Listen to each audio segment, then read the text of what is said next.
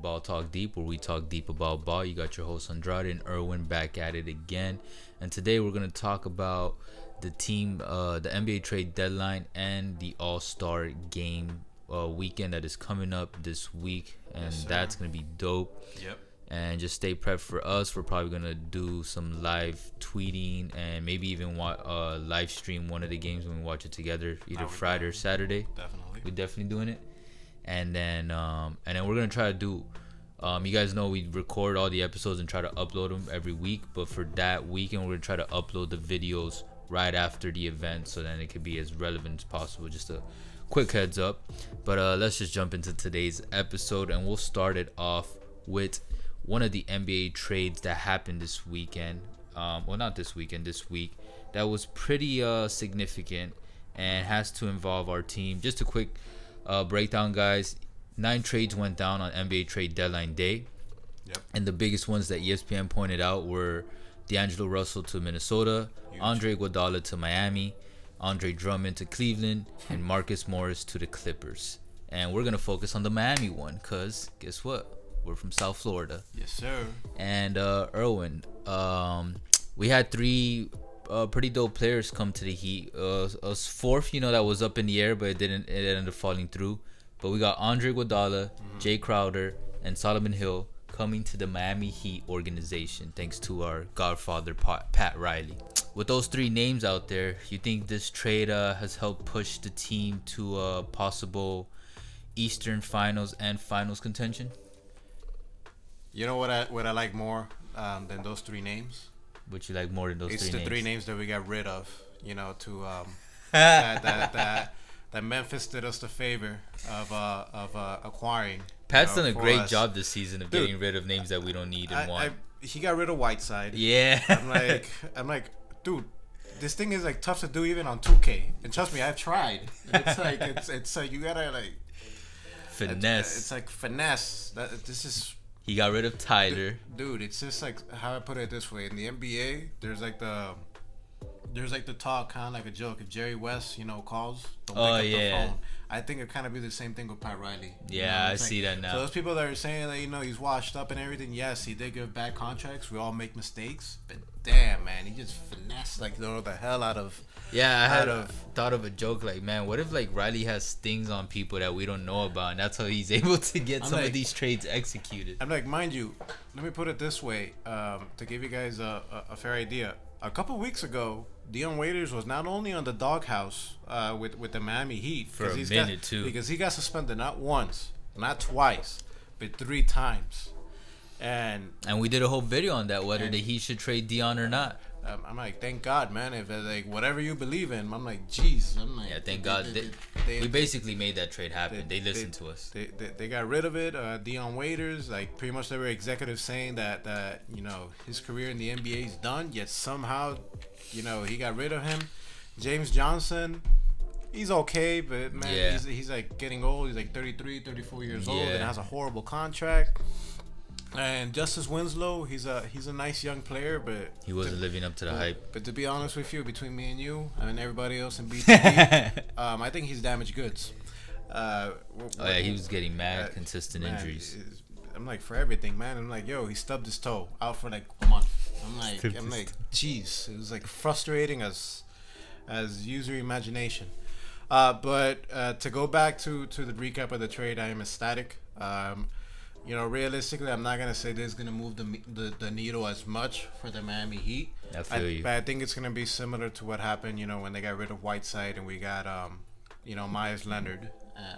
Okay. I think it's gonna be more addition by subtraction because we got rid of 2. And I like Myers Leonard over Whiteside overall. Definitely, Whiteside might be more talented, but I think Myers Leonard fits better with the mold. With the mold and got the right attitude and everything. Absolutely, but. The names I do like is Jae Crowder and Andre Iguodala. They're gonna bring some veteran experience, some grit that the Miami Heat is all about, and more importantly, that's gonna be another voice in the locker room, especially Andre Iguodala, Iggy, that has been a Finals MVP. He's been tested in the playoffs, during Golden State's run. And he wasn't just a role player; he was a very, very important piece to what Golden State accomplished. Yeah, I mean, he got a Finals MVP. Exactly. KD, Steph, Clay, they get most of the credit, deservedly. But it was Andre Iguodala that was guarding LeBron James in those series, and I think he's going to be very useful for the playoffs. It's going to be somebody that Nunn, the young guys, Nunn, Hero, and Robinson can lean on besides Butler for experience. And more importantly, for a possible Eastern Conference Finals matchup versus Giannis, it's probably going to be Jimmy Butler and Iggy. Going on Giannis with the task to slow him down. Yeah. So if we're gonna have any chance, the Miami Heat to pull off that upset, even to make it to the Eastern Conference Finals, and not alone pull off that upset against the Milwaukee Bucks, we're gonna need Iggy. So overall, I love that trade. We were able to get rid of bad contracts, and one very minor detail, but not so minor. The Heat were able to clear up enough space. Now they're $3.4 million. I might be wrong, more or less, under the hard cap because of the sign and trade that they did to acquire Jimmy Butler, which means that the Heat can be active in the buyout market.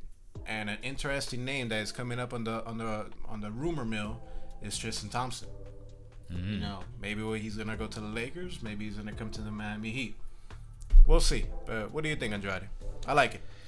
I think that's actually the perfect way to describe it for me too. I like it.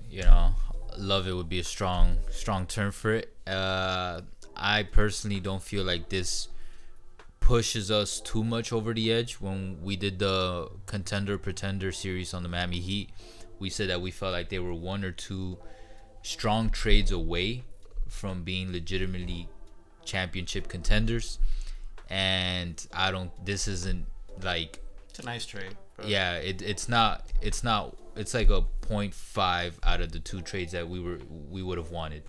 It's not a star player that can help Butler carry some of the weight, but I do like picturing Iggy and Butler protecting the perimeter when playoffs comes around. I don't think Iggy's gonna be they're not gonna rely on Iggy as much for offensive strength as more for defense. Yep. And then of course the leadership and the locker room experience and veteranship that he's gonna provide. The guy just came off a 5-year spectacular run from a dynasty, so all that experience and wisdom that he gained from that is gonna be huge for this current Heat team and all the young players in it. So I think that's actually really nice. Yep. The contract's not terrible. 2 years for 30 mil, 15 mil a year. Like, especially in terms of like, yeah, I like that a lot. And especially how the salary cap has kept increasing over the years and everyone's making money in the NBA. 15 mil a year isn't that bad, was for someone of Iggy's. But more importantly is the team option. The Heat right now, and I think most of the yeah, NBA for 2021, that's going to be it. Yeah, I mean, exactly. That's why the Thunder trade fell through. And I'm glad that Pat stuck with his guns on that too. Yeah, good. And I'm very surprised that the Heat did not.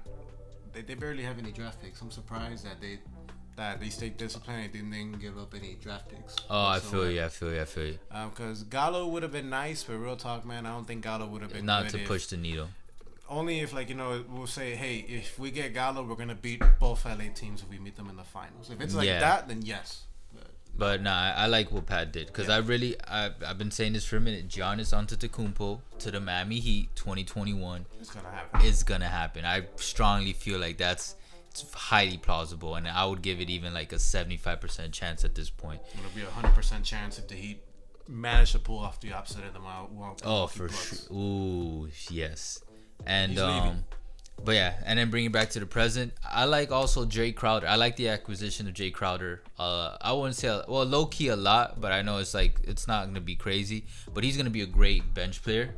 I liked his Celtics years. Every time he would play, like he would always provide this energy and boost that they needed during playoffs and even regular season games. So I think he would be a nice addition for the bench role for the Heat. And even, Spoelstra always switches things up with the lineups. I think he's also a good piece to be able to just rotate. Because right now, if you've noticed, Spoelstra just keeps rotating all these random, starting lineups and reserve lineups. And it's just like, I still think he's trying to figure it out. and Crowder is quality enough that he can, fit in. Yeah, that's my take on it. I think the Heat are doing all right. I still have them, regardless before this trade, that they're gonna make the Eastern Conference Finals. You feel me? And I think with Crowder and Iggy, I think that does give them a better chance of beating the Bucks or whoever they face in the Eastern Conference Finals to make it to the finals. We're really gonna need them versus, like we say in our contender-pretender series, a couple things gotta go down. If the Heat are gonna advance to the Eastern Conference Finals, they're gonna need home court advantage, because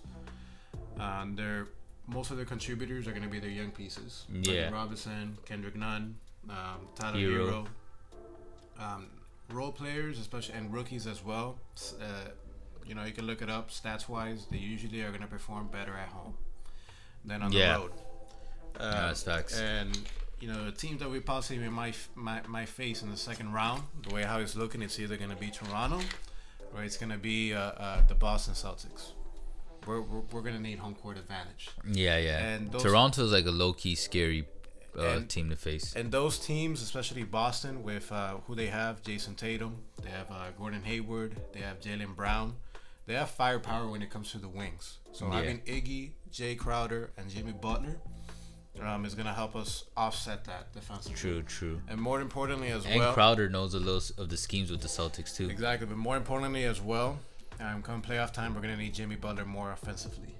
To put his he knows. But the good thing about having Iggy and Jae Crowder is going to take some of the pressure off of Jimmy Butler when it comes defensively. It's going to help him conserve energy when we need him for the fourth quarter or for those times that we need for offensively. But yeah, I think we're in general agreement that we do like that. That was a good move. Yeah.